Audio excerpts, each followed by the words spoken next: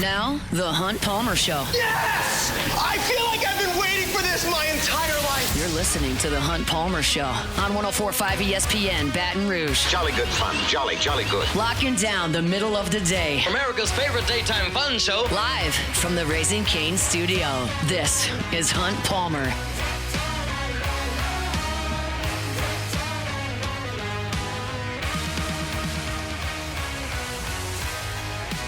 Hour 2. One Negro edition of the Hunt Palmer Show, 104.5 ESPN Baton Rouge. Appreciate y'all hanging out with us. Whether you're out on a parade route today, taking the day off, or working like we are, we appreciate you making us part of your day. Hope everybody had a great and safe weekend out on the parade routes, and hope that you're doing the same on this pretty Monday in South Louisiana. LSU and Kent State tonight from the box. Was supposed to be a 3 o'clock first pitch. Moved it back to 6. I don't know if that's because they felt the weather was warm enough to just move it back, or if there were travel issues. I can't imagine that because Kent State was in Hammond all weekend. I'm not real sure why they moved the game, but they did. So it'll be a 6 o'clock first pitch tonight from the box. Kent State absolutely hammered Southeastern over the weekend. I get the sense, and again, I'm not going to profess to be an expert on Kent State baseball here on this team after they played 3 games, but I look at this team. I think they're probably pretty good. This is a Kent State team last year that had a really good season. They went 38-18, and in the MAC they went 23-7, and they just came up short in their conference tournament. They had 2 days where they didn't swing the bats. I think they scored 2 runs and 1 run in 2 of their league conference tournament games and were beaten. But they had a great year, and they had a great opening weekend. I mean, Southeastern's usually decent, and Kent State had no problem over there in Hammond. They scored 33 runs on the weekend. They had 33 hits. They hit 9 home runs over the weekend in Hammond. So this is a team that is pretty good offensively based on the early returns. Sawyer Solitaria, he likes Southeastern Lion pitching.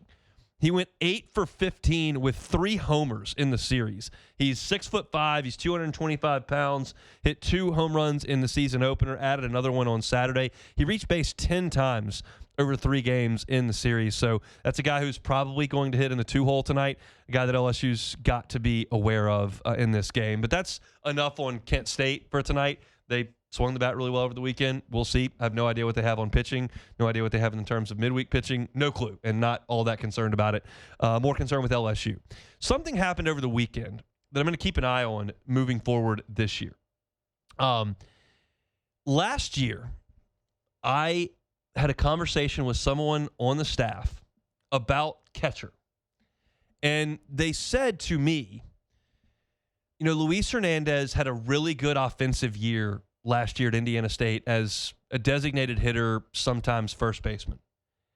We don't expect him to equal those numbers at LSU.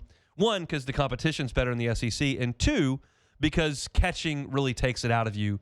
And it's a hard thing to play that much defense at that spot and produce offensively. So they expected a dip offensively from Hernandez from the big season he had at Indiana State. He had double-digit homers, had a really productive year. And that turned out to be prophetic. Luis Hernandez was a good offensive player for LSU last year, but his batting average is down in the 260s much of the season, and he got to the regional, I believe, with 7 home runs. So it's just not a monster offensive year, but they really liked what he gave him behind the plate. He did a good job defensively, and once he was given some days off in the end of the season when Cade Arambidi started catching every midweek and catching Anthony Ianson on Saturdays, Luis Hernandez's offense ticked up. And Jay Johnson mentioned that yesterday in his press conference. Same deal. So you know that it's permeated through the program there. And they believe, I think this year, that they are going to need Cade Arambidi's offense. They need him to be a very productive offensive player. And they don't want his knees to be zapped, his body to be zapped by catching 4 or 5 games a week. So what they're likely to do is catch Omar Cerna as much as they can reasonably early in the season. He caught the game on Saturday this week, and I think there's a good chance he will catch the game today. We'll see what happens on Wednesday. But my guess is that Aaron Beatty's only going to catch one of the two midweek games. And I think they're going to try to lessen his workload as much as possible. And when he doesn't catch, he'll be the DH. I think they were okay with Luis Hernandez not being a monster force in their offense last year. They had other guys they could lean on. And they do with this team too, but I think they think Aaron Beatty can be a star. And look, he showed you some of that over the weekend. He had a huge weekend. He led the team in hitting with 6 hits. He hit .500 for the weekend, 6 out of 12, had 2 doubles and a homer. That's what he can be. So that's something I'm looking for in this game is to see what they do at catcher, because I think they're going to try to lessen the workload on Cade Aaron Beatty. I think that Jaden Newt will probably start tonight. That's not based on any inside information whatsoever. That's just based on the fact that he didn't pitch this weekend. And he did start a lot of games in the midweek last year. He made 5 starts. His season-long ERA was 4.13.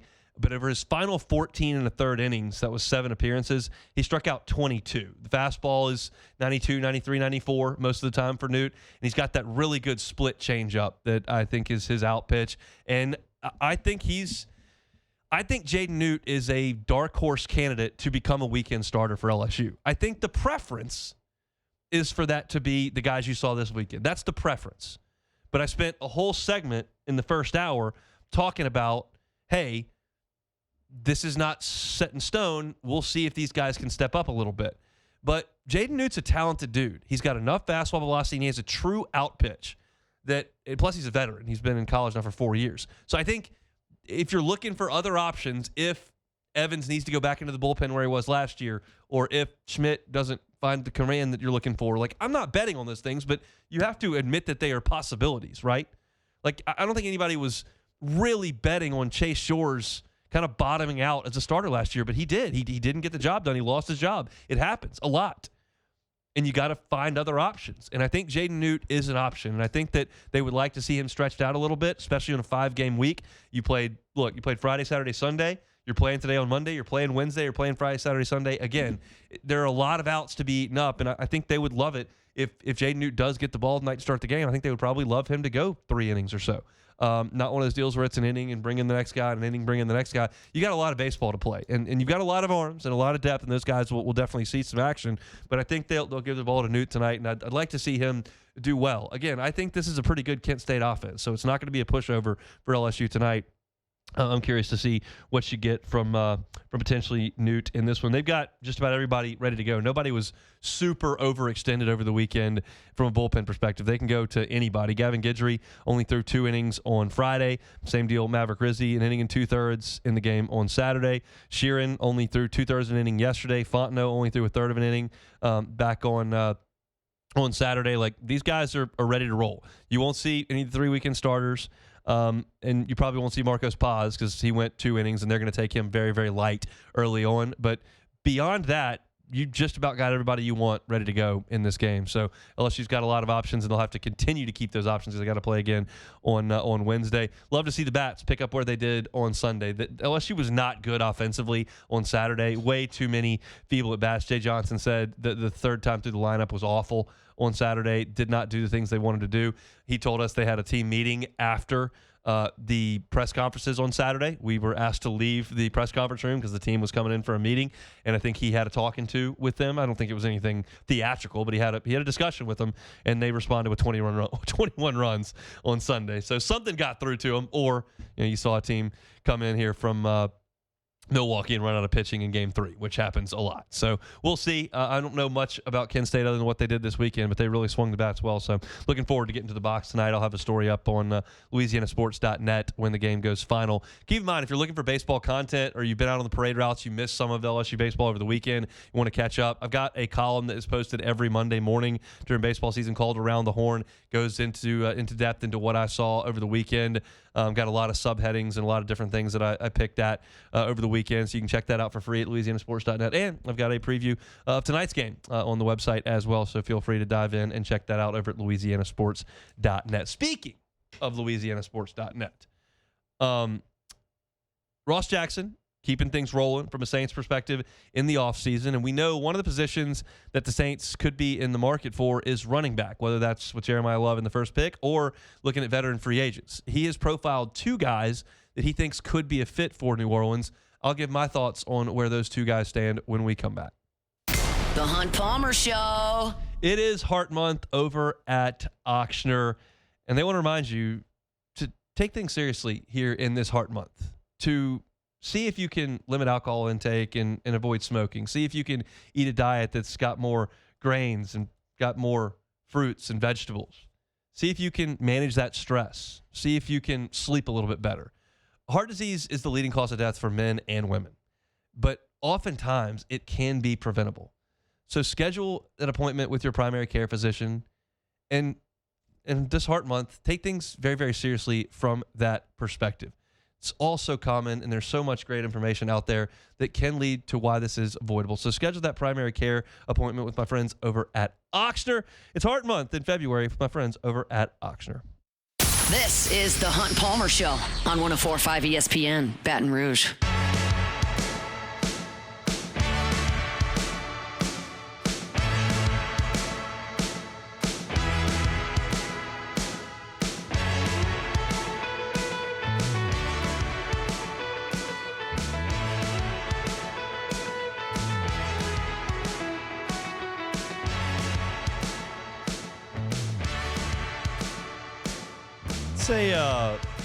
It's a weird feeling this time of year that the Saints are not frantically trying to restructure as many contracts as they possibly can to get compliant.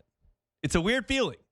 And instead of questioning how Kai Harley and Mickey Loomis are about to cook the books, you can actually look at some free agents they might be interested in signing that don't come at the absolute bargain basement price that the Saints generally pay in free agency because they don't have any money left.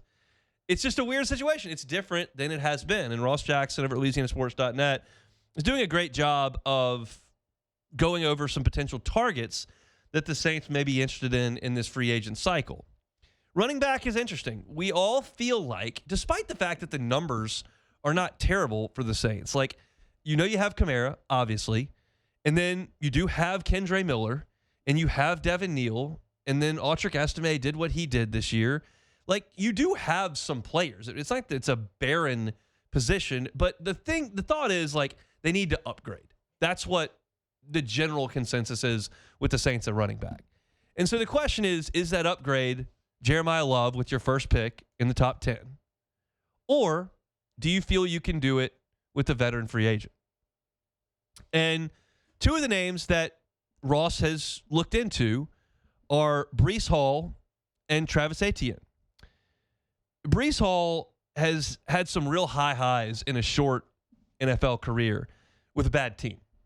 He's played for the Jets. They're terrible. But he has been a productive back at times. His rookie season got cut short with an injury, but he's played in 16 games 3 straight years. And in each of those years, he's been over 800 rushing yards. He's carried the ball over 200 times. And then you consider the fact that the Saints didn't have anyone on their team last year that ran for 500 yards. In 2025, this past season, Breece Hall eclipsed the 1,000-yard mark for the first time in his career. And he's got home run speed. And he's not super old. You're talking about a player that is 25.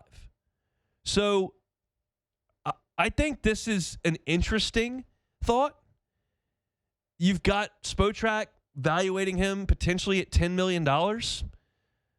He's been pretty durable. He's got great speed. And the question you have to ask yourself is, if you can get him out of this disastrous organization with a revolving door of mediocre quarterback play, is there more in the tank? And I think it's reasonable to ask. I think that if you added Breece Hall to the Saints team, he becomes the best back on the team. He becomes the best back on the team. Now, how much of the workload does he take from Alvin Kamara? That's hard to say. We're now in a situation where Kamara is coming off an injury, and he's older. So I would suggest he would take more than half of Kamara's workload. If I had Breece Hall and Alvin Kamara on a team, I'm giving Breece Hall more touches.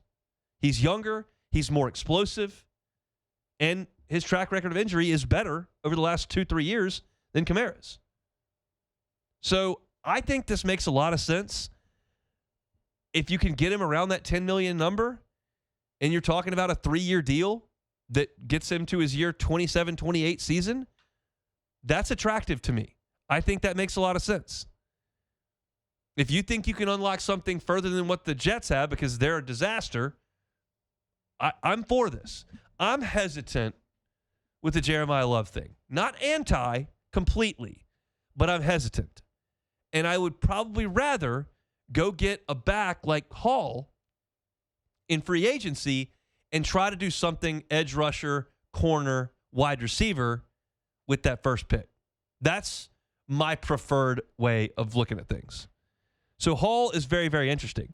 Now, Travis Etienne, obviously a Louisiana native, remember there in Jennings, would be coming home at this point.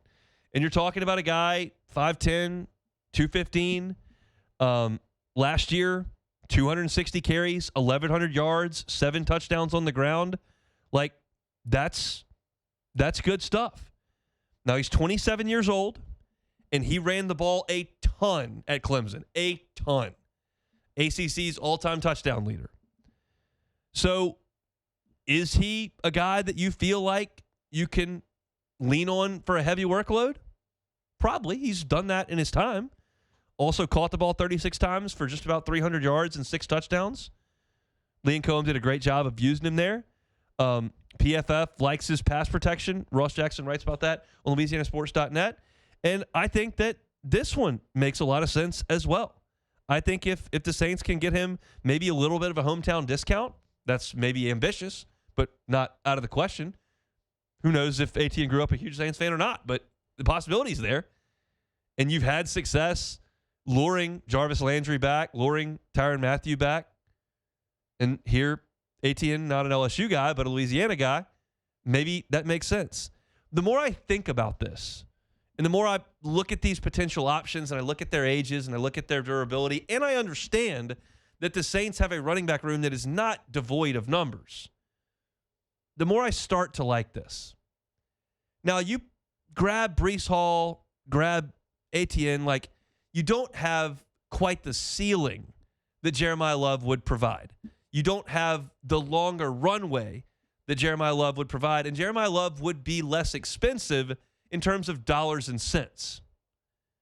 It's an expensive asset to spend on him for your first-round pick that's in the top 8, but in terms of dollars and cents, it's less expensive. So there are two ways to look at it. But the more I look at it, the more I think, yeah, I think I like going to get that veteran. I think I like spending that pick somewhere else. And these names make some sense. You're not talking about, how often do these backs hit the market, 31, 32, 33 years old, and you're like, at some point, Father Time's going to win that race.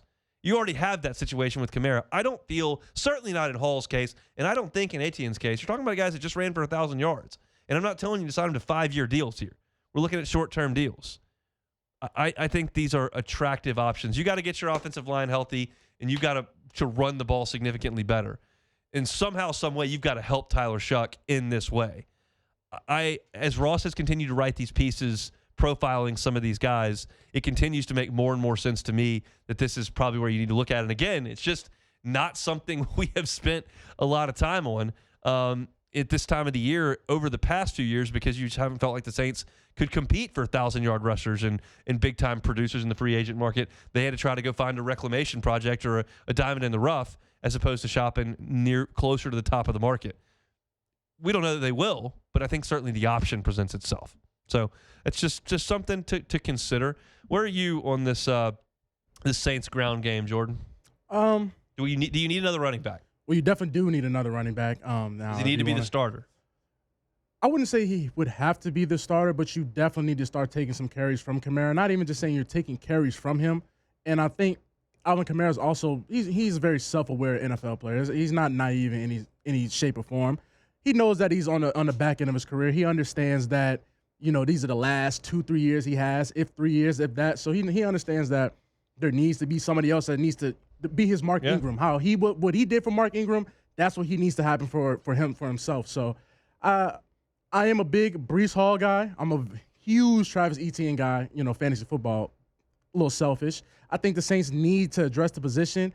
Jeremiah Love is the sexy pick, of course. Everybody wants we can get a Bijan or a Jahmyr Gibbs type of ordeal. But then again, if you can get one of these guys in free agency and then you can address that position with, like, I ain't gonna say a Cardinal tape, like a Lemon or Tyson, any one of those guys right there, it's a win-win. The Saints are in a rare position, like you said, where you're actually not clearance rack shopping, and you have a top 10 pick. So we're putting all this on Mickey Loomis' hands to make a decision. Let Mickey cook. That's what the folks say. That's what I was here. I was in New Orleans this weekend. Let Everybody's talking about Mickey. Let Mickey cook. Let him cook.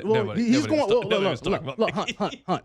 Mickey has to show me. I will get off his back. If you do what you got to do this draft, you got me, Mickey. I'm back in. Let Mickey cook. Let him cook. My man Tyler Shuck goes out there, gets like 3 wins, and That's all we needed. New Orleans is wrapping their arms back around Mickey. That's all we needed. What a thing of beauty that we've got here in the Crescent City. There were some old Saints that were out on the route over the couple of days. Sean Payton was out there enjoying some cocktails. What is he doing? Saw Cam Jordan out there on a motorized recliner. Go to Denver, bro. It's 33 degrees in Denver. Don't come down here 75 and outside we got short sleeves and all that, bro. Go to Denver, bro. It's 33 degrees. I'll tell you this. I enjoyed being on the route yesterday in shorts and short sleeves. I've been out there freezing many a time. So to have a nice warm Mardi Gras was quite enjoyable. Exactly. I'm hurting today, though. You're hurting. Like, there used to be, there was a time where the physical demands on Mardi Gras for me, back in the college days, were like you're drinking for 18 hours in a row, not you're sleeping on a couch somewhere, like walking 2-3 miles, doing all that kind of stuff. That was what the physical toll was once upon a time.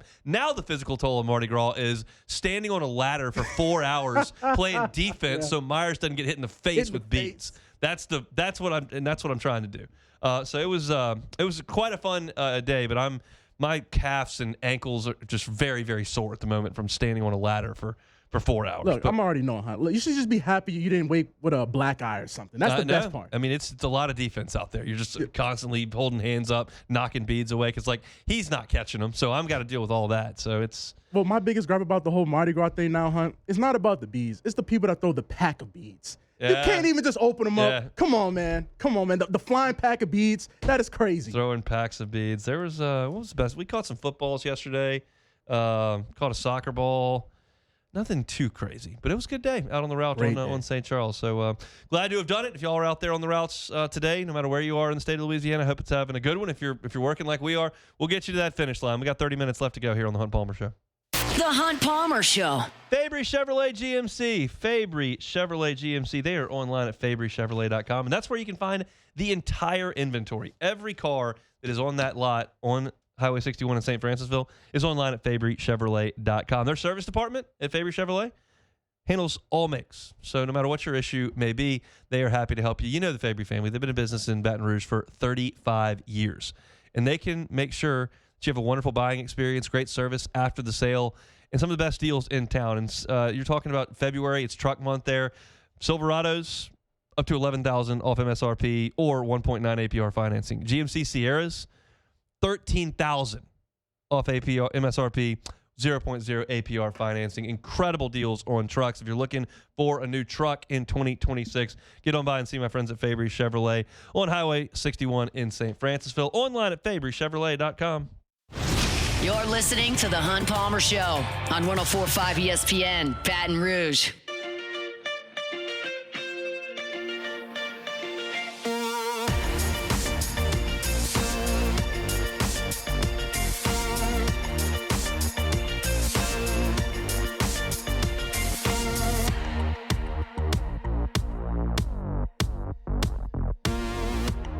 So, I was looking through box scores from over the weekend in SEC baseball. A lot of teams did what LSU did, played an overmatched lower level team. Some went to Arlington and challenged themselves. I thought it was a really good weekend for Oklahoma. They beat Texas Tech 10-3, beat Oklahoma State 10-1 before they got run-rolled by TCU in the last one. TCU had a monster weekend. They went 3-0, and I believe TCU plays UCLA this weekend, who's the number one team in the country, so that'll be just a blockbuster of a matchup between those two. Oklahoma got really good pitching from Cam Johnson on Friday. If you were listening to my show on Friday leading up to opening day, I talked about that. He had a really, really strong outing, 11 strikeouts for Cam. So former Tiger seemed to have it dialed in a little bit, and he'll be leading the rotation for Oklahoma for the foreseeable future. Nice outing there. So Oklahoma goes 2-1 in Arlington. Vanderbilt went 1-2. They lost to TCU on Friday 5-4. Came back and beat Texas Tech 13-3. And then they lost 10-1 to Oklahoma State. There were a lot of lopsided games in that Arlington tournament. But a 1-2 weekend for Vanderbilt. An injury that caught my attention, just kind of going through the checklist of things that happened in the SEC this week. Chris Rembert of Auburn rolled his ankle. He's one of the best players in the country. Had a monster freshman year and is thought of as a potential All-American here as a sophomore. He rolled his ankle. He's going to miss multiple weeks. Could be 2 weeks, could be 3 weeks. They're hoping to get him back for the start of SEC play, but he's a really good second baseman, really good hitter, and going to miss a little bit of time there. Missouri had an incredibly weird weekend because Missouri is an incredibly weird baseball program. They lost on Friday to Mount St. Mary's, which is pathetic. And they were in a dogfight with Mount St. Mary's on Saturday, which is pathetic. And then they scored 34 runs on Sunday.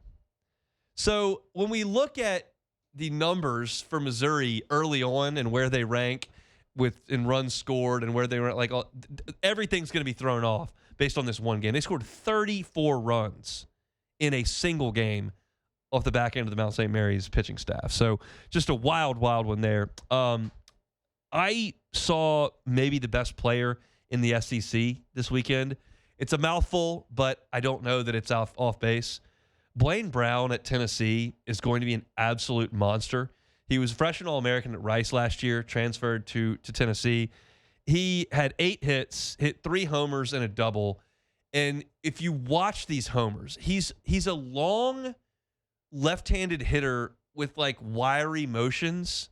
He almost looks skinny, but the torque that he creates, the bat speed that he creates, he was hitting rocket shots out of that bandbox at Lindsey Nelson. He was hitting them 400 plus feet out to left and left center field. It was amazing to see. And I think, look, it's early. It's a non-conference game against an overmatched team. We get that whole deal.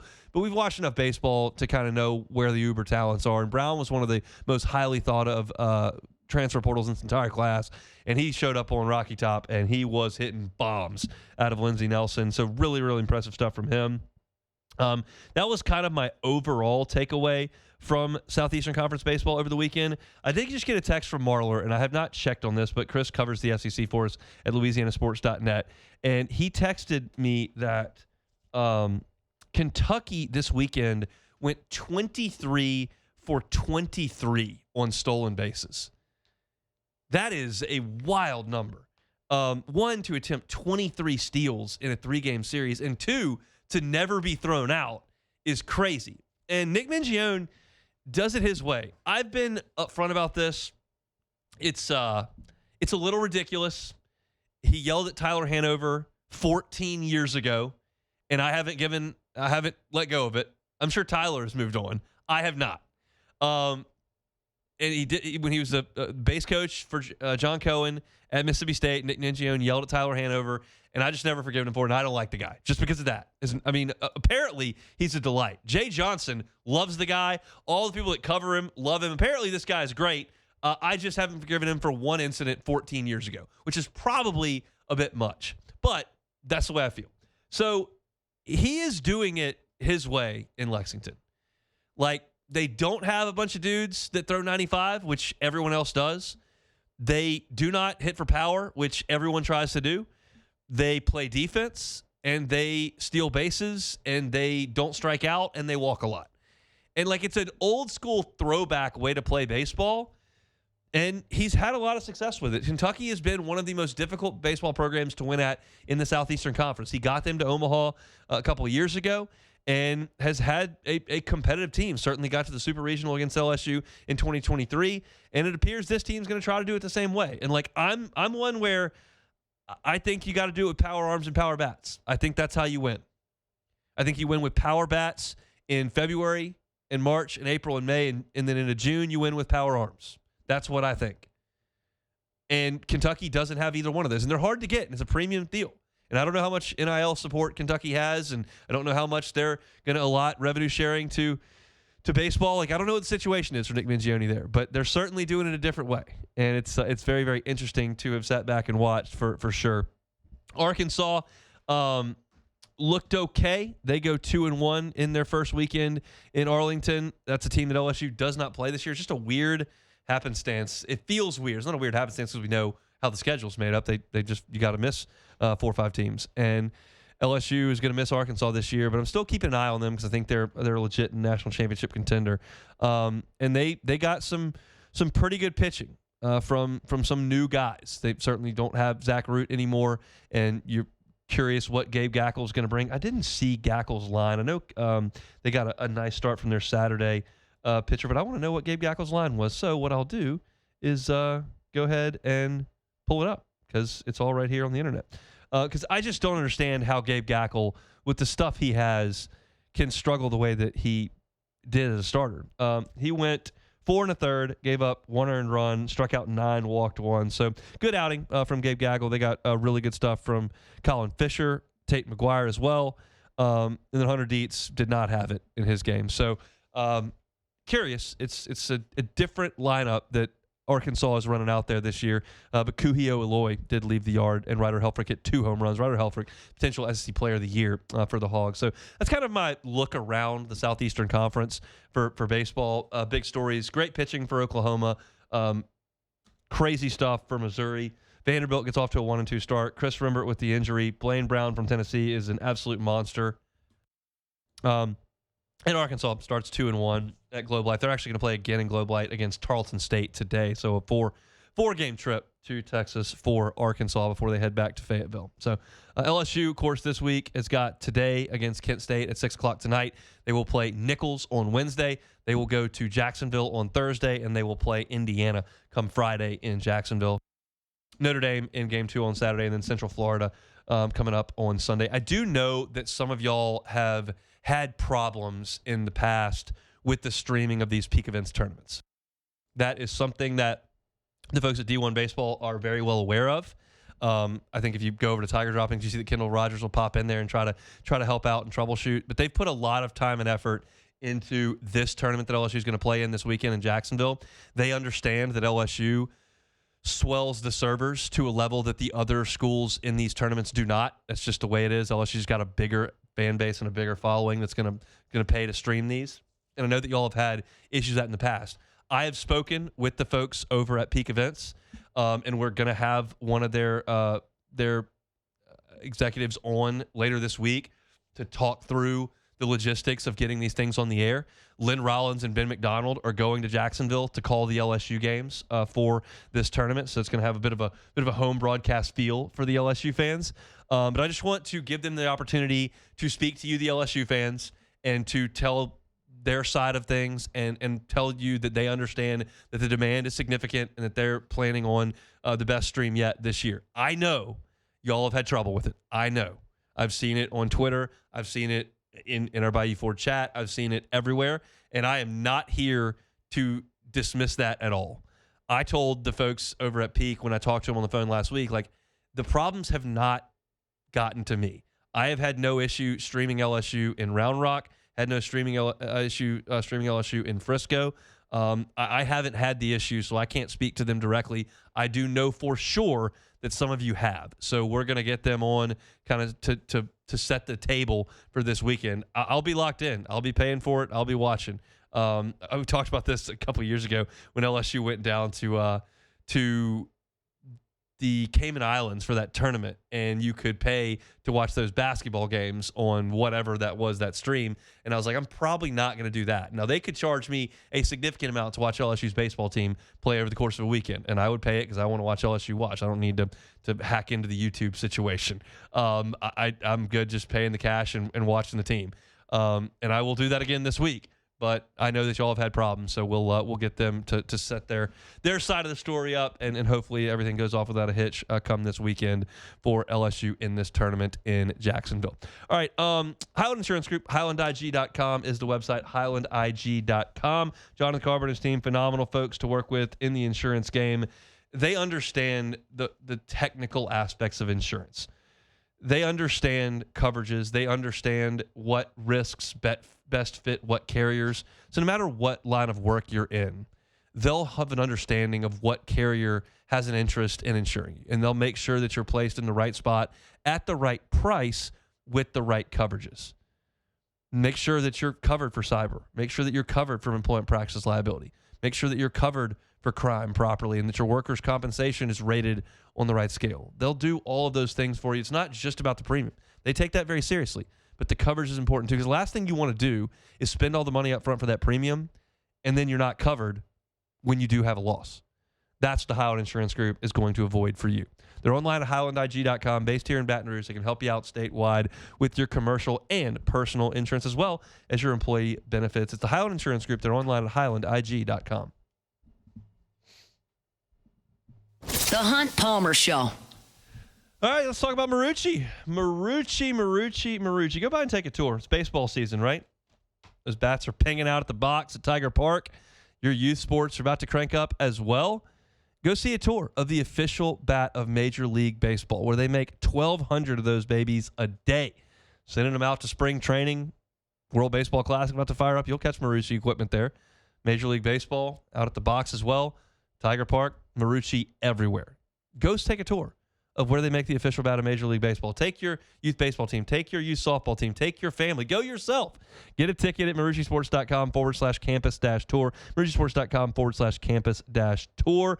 Every ticket comes with a 20% discount to the Campus Tour store and in the hitter's house as well. Go see where the official bat of Major League Baseball is made. That is over at Marucci. This is the Hunt Palmer Show on 104.5 ESPN, Baton Rouge.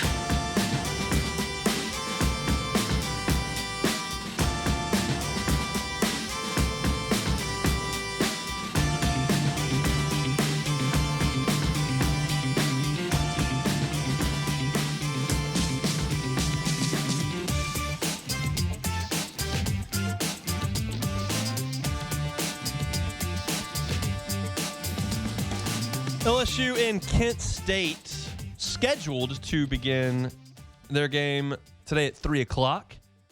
Not so. They moved it back to 6 o'clock. So if you did work today and have season tickets, you're like, well, I can't go to a 3 o'clock game. 6 o'clock you can make. I will be there. Myers Man and his grandfather will be there as well. So a lot of Palmer men going to be in attendance at the box tonight. Looking very much forward to that. I previewed this game a little bit at the top of the hour. Kent State has had a good year last year and had a great weekend in Hammond over the weekend. They absolutely crushed Southeastern in 3 games, scored 33 runs, had 33 hits, hit 9 home runs over the weekend. They've got a guy that had 2 home runs on opening day, had 3 total, and got 8 hits over the weekend. So this is a good offense by all accounts based on what they did last year and what they did over the weekend. LSU, from a pitching perspective, is in really good shape. My assumption is that Jaden Newt will get the ball today. That's a guess. He didn't pitch over the weekend. He has starting experience. He's a veteran. He's got a true out pitch and enough velocity on that fastball that I think he can give Kent State some problems. Offensively, I'd like to see more of the Sunday version of LSU, not the Saturday version of LSU. The Saturday version of LSU was not very good for about 7 innings until they broke through there at the end. The Sunday version was very good. Got the ball up and out of the ballpark a little bit, hit a lot of line drives. I thought LSU was really good on offense on Sunday. Hopefully to see some of that. I think this is a pretty good Kent State team. And as I said at the very top of the show, and I know this is not really what anybody wants to hear about, like, I think Milwaukee's decent too.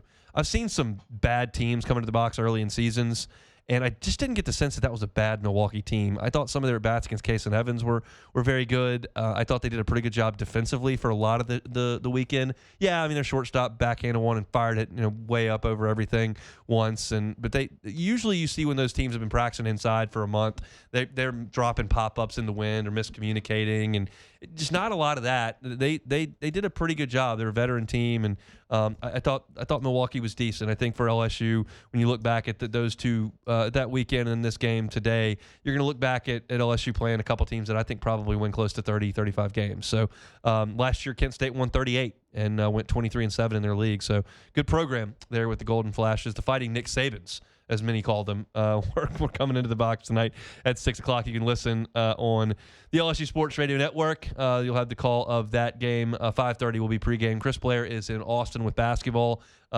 they'll play Texas tomorrow, so it will not be him on the call. But Patrick Wright has been handling some of that duty over the weekend. Doug Thompson as well, maybe Buzzy is called into duty. They'll have somebody there at 5:30 for pregame to get things rolling for LSU and Kent State. I will write about it on LouisianaSports.net tonight, and we'll talk about it on tomorrow's show as well. Got about done here on this Lundy Draw edition of the Hunt Palmer Show. Let's do a little take it or leave it.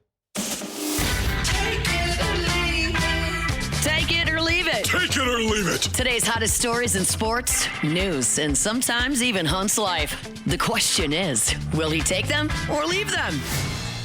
All right, so future Hall of Famer Mike Trout addresses his absence from the 2026 World Baseball Classic, calling it disappointing that insurance is preventing him from playing despite he wants to participate. So the Athletic Sam Blum explained that Trout may have risked his $35 million contract if he played in the WBC without insurance coverage. He's not the only star who will be missing it, the international tournament, as Houston Astros, Jose Altuve, and Carlos Correa also don't have insurance and can't play. So guys not have insurance, What can't in the play. world? Take it or leave it? I mean, I guess I'll take it. That's where we I'll are. take I mean, look, these guys make a lot of money. Yeah. And I don't think that ownership loves paying guys a lot of money not to play. So you can't go out there and get hurt. We know that the Mets closer now he's the Dodgers closer, Edwin Diaz, went down there in Puerto Rico, and he got hurt and missed a whole season because of the World Baseball Classic. They were celebrating after a game and got hurt and missed a whole year. So I get it. Like, the Cubs have a huge presence going to this World Baseball Classic. They've got Pete Crow Armstrong, Alex Bregman's playing as well, Matthew Boyd's pitching, and then they got Seiya Suzuki for Team Japan. They got James Tyones playing for Canada. So Cubs have like 8 or 9 guys that are playing in this, and it's a lot of the Cubs beat writers have talked a lot about it. It's a little bit nerve-wracking. The Cubs are being cool about it. Their GM came in their press conference and said, yeah, we want guys to go out there and play, but you're putting yourself at risk, and especially pitchers who are ramping themselves up so quickly in the middle of February here. It's tough, but again, it means a lot to represent the country, and guys like Bregman really want to play, so here they are. All right, so Miami Dolphins 8-time Pro Bowler Tyreek Hill is being released. Hill turns 32 on March 1st. He's recovering from a dislocated knee and torn ACL. He'll be an unrestricted free agent for the first time in his NFL career. This will save the Dolphins $22.8 million against the cap. So can Tyreek Hill turn it around? Well, I guess this season coming up. Take it or leave it. Leave it. I would not sign him. He's going to be so expensive. Very. He is wholly reliant on one trait. Speed. And he's now 32, going on 33, coming off an ACL injury. I'm out. You out. Like markcuban.gif, I'm out. Like there's no shot. I'm taking a guy who is only speed, who's now getting older and coming off an injury. No shot. 5'8" receiver, so it's not like, he's a big body. Not going over the middle and making contested catches, not being a red zone target. No, this is pure speed, and that speed is almost certainly going to take a hit next year. So are we living in a universe where somehow the Chiefs get him on some discount to somehow bring Tyreek Hill back? Yeah, but I don't think that would be a good plan because he's still going to be expensive. Very. I mean, yeah. And let's be real. Like, Off the field? not the greatest locker room situation. Like, my man is he's in the news. He's got some drama that follows from time to time. He'll talk. I could not be more out. Couldn't be more out. I agree. So Mets owner Steve Cohen said Monday he will never name a team captain as long as he's in charge, ceasing the speculation that Francisco Lindor was going to get the title. So this is what Cohen said. My view is every year the team is different and had let the team figure it out in the locker room without any type of designation. Cohen said actually having a captain in baseball doesn't happen quite often. It's actually unusual. Yeah. So he said, yeah, so is team captain in baseball pointless? Take it or leave it. I'll leave it. I mean, I think there's something to it. I wanted the Cubs to make Anthony Rizzo a captain for years, and they never did it. They don't ever have one. Yankees generally do, and there have been teams that will do that.